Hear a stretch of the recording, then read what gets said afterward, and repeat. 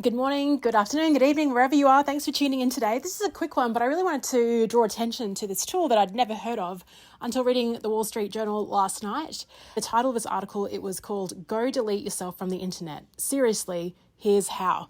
So really great headline. Subtitle, Find Your Data, Request Removal and Repeat. This article is by Nicole Nguyen.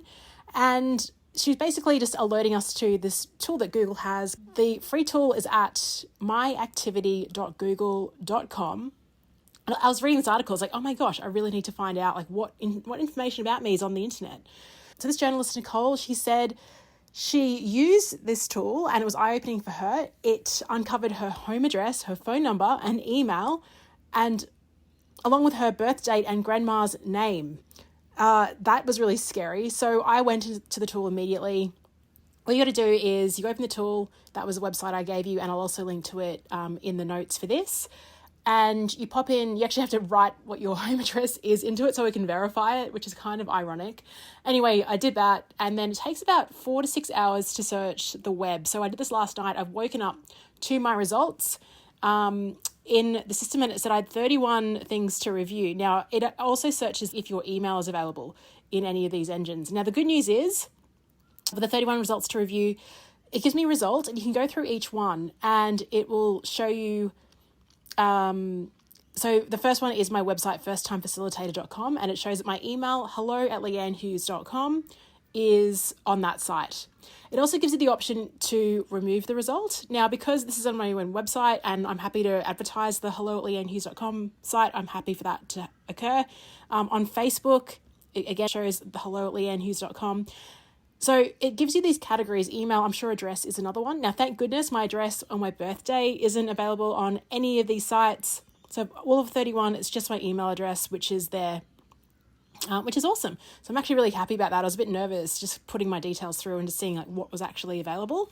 But as Nicole writes, she goes, why care? Easily available personal data can expose you to junk mail, identity theft, or impersonation scams. For executives, government officials, and public figures, the stakes are even higher. Attackers use people search databases to increasingly target them for harassment or violence.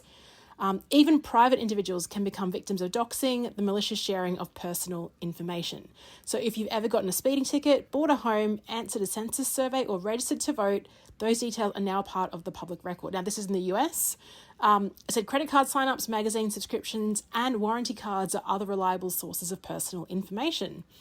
What was interesting, and I don't really care too much. I share a lot online, but I do try to like hide obviously personal details so people can't do things like take my identity. And I'm very grateful that out of all the sites Google shared, all of them are just my email, hello@leannehughes.com, not even my leanne@leannehughes.com site. There are companies called data brokers, and they scrape these records plus your social media profiles. They package that data as dossiers on millions of Americans in this article. And there are hundreds of people's search services. And while most offer an opt-out process, the data can reappear when companies refresh their databases. So I will link to Nicole's article here. I think it might be behind a paywall if you don't have a subscription, or you might be able to read it for free. But it's getting a bit scary because now the data brokers, a lot more detail is being revealed. They now include lists of people's friends, family numbers, and children, as well as location and vehicle information such as license plate number and car purchase history. So yeah, I mean, I used to do this much by Googling myself, like just going into Google, Googling and seeing what would come up. But I really like this service because it's almost like a Google news alert for your personal information. So what I'm going to do is go in, review all the 31 to say, yeah, these are okay. And then anything that pops up, it'll then notify me and say, hey, do you want to review this? And in that moment, then I can decide whether to take it down or find someone that can take it down as well.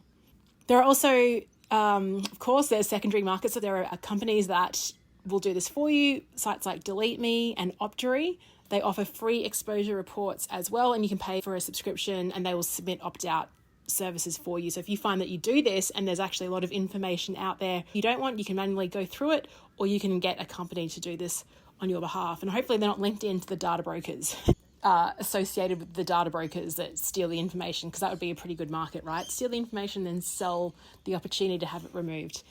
Hopefully I'm not that I'm usually that cynical, but sometimes you find these things happen, especially with data, which is so valuable. So that's the call to action today for you. Go have a look at this site, use Google's free tools, see what's available out there. Hopefully you're okay, and hopefully this episode has helped you. Thanks, and I'll speak to you tomorrow.